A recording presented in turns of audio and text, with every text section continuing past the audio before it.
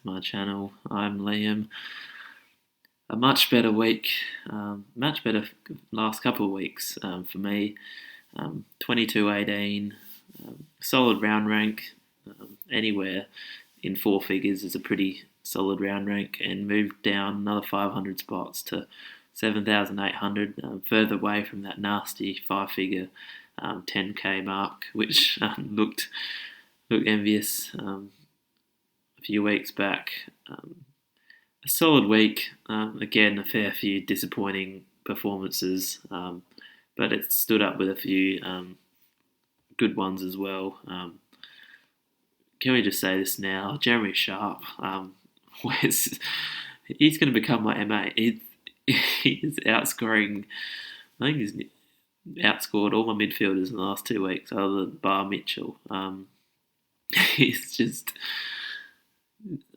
wow, 120 and then 112. I don't know how I'm going to get rid of him.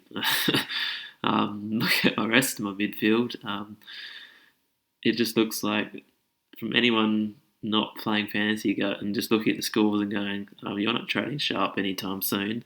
I've been lucky with this. A lot of teams would have either have him as M9 or not even in their teams as team to complete.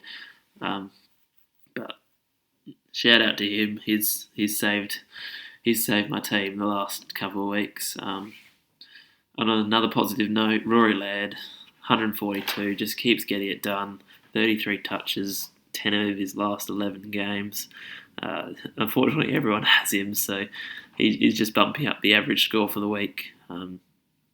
But I'm pretty pleased with that. He's becoming a captain option in the next few weeks. I don't think he's gone under 115 in his last 6, so pretty happy with him. Short, very nice 94. Much better with Hooley out. Did a lot late to get to there, but you take that as a defender. Stewart 104 again. It's a slow start, but he got going late.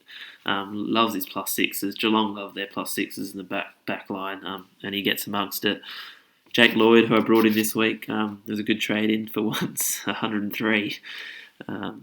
Again, another one that took a while to get going, but defenders like the last 5 minutes of games where they can rack up those plus sixes when the game's over, and Jakey Lloyd certainly did that. Ridley, another impressive performance in defence. 89, you take that as a D5. He probably is a D6 for most teams. Fortunately, he can't get to the heights of the hundreds, which he did in the start of the season, but it's so much better role than he had during the middle of the year. He's picked up his game a little bit, and is a little bit of an probably wouldn't want to pick him up, but he's slightly underpriced. James Harms made the wrong trade. Should have gone Whitfield last week. Kept Whitfield, traded Harms. I don't know what I was thinking. I think I was too obsessed with Lockie Neal, who Whitfield's outscored him in one game. So what can you do? Harms is on the chopping block this week. I traded Haynes this week, which is a good move to Lloyd. Harms is next on the block to a defender. I haven't had any time to look at it, but he'll certainly go this week. Bianco, a solid 68, providing handy cover if any dramas occur. This midfield was all over the place this week. Mitchell, a solid 112. Unfortunately, only scored about 10 in the last quarter. Had an amazing first 3 quarters, but just couldn't find the ball late. A bit disappointing in the end, but you take 112 as a captain. Merritt just couldn't get near it. Very strong start, but couldn't even. I think he just doubled his score from his quarter-time score. He has a few of these games. His 60s. It's just very annoying. Happy I didn't captain him at all. But just very disappointing. Along with Taranto, 67. Cuts like he's been pretty impressive most of the year, but very disappointing last game for me. But a very good game was Jack McRae, 138. I said in my preview that he's probably going to go large. I'm not going to captain him this week because of his poor form, but um, he was ready to have a big one, and he certainly did that. Just everywhere, plus sixes, tackles. It was amazing. What wasn't amazing was Brad Crouch's performance. 53. I think he had about 6 clangers involved in that as well. I know that doesn't affect the AFL Fantasy side. Certainly affects my Supercoach side. Just had a nice 120 last week and couldn't even halve it this week. Oh well. He's been alright. Not better than some, but 50s from premiums at this time of the year. It's not nice. Even 76s. Lockie Neal I brought in for Whitfield. If only I brought in someone for Harms. I don't know who it would have been, but like Schoenberg for Harms. Far out. 10 times better trade. But what can you do? Lockie Neal's just not at his standard that he was last year. He had a little shoulder niggled midweek.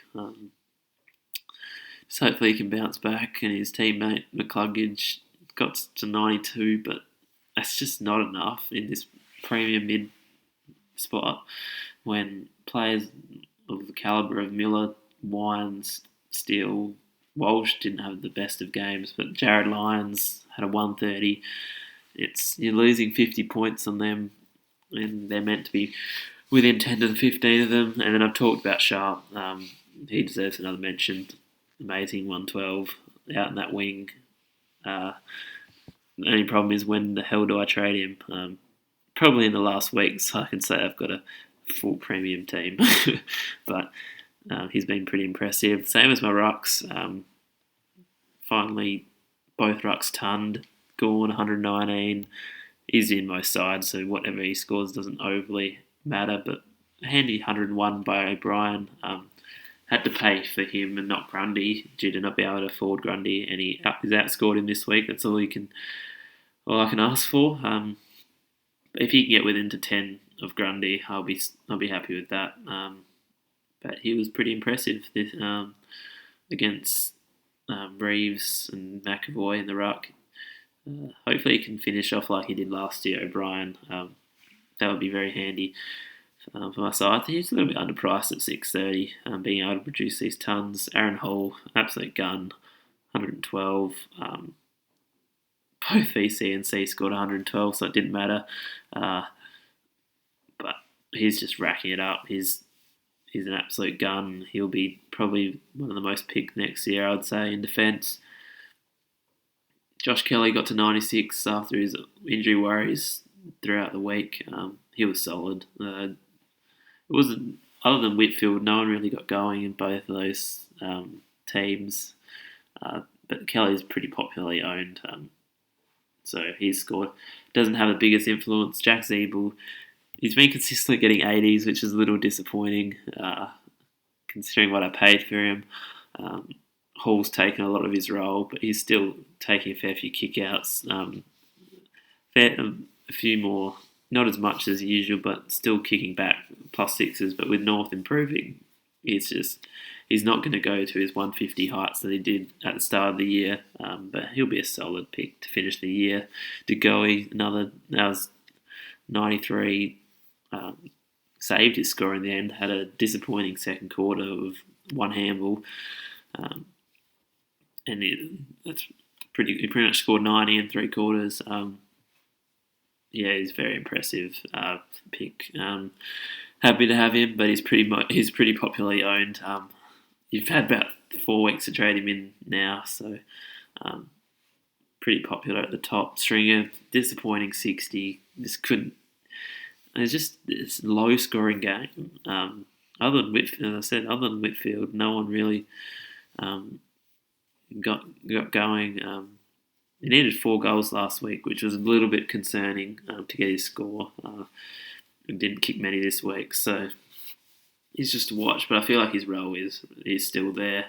And to finish out my week, finally, after all his poor performances, I need to say thanks to a few injuries, so I haven't been able to get rid of him. But Isaac Heaney, 32. This is just, you just have to laugh.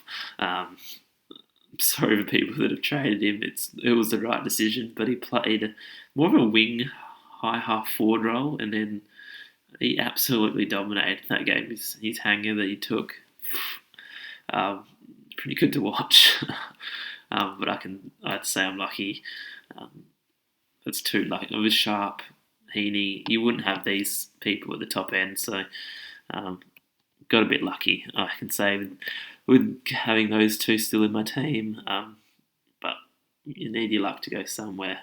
It certainly didn't go my way at the start of the season, so just getting it back now. But hopefully you all did alright this week. I'll be back tomorrow with a trade talk vid coming to the pointy end of the season. So trades are going, well, you can probably say technically less important as there's only 5 weeks to go, but for the top end, important trades to deviate yourself from others and move yourself further up the ranks. I think a solid aim for me I think I could nearly get top 6k, top 5k for a bit of a stretch. But top 6k will be a handy finish in a pretty poor year for me. But you can't be good every year. So till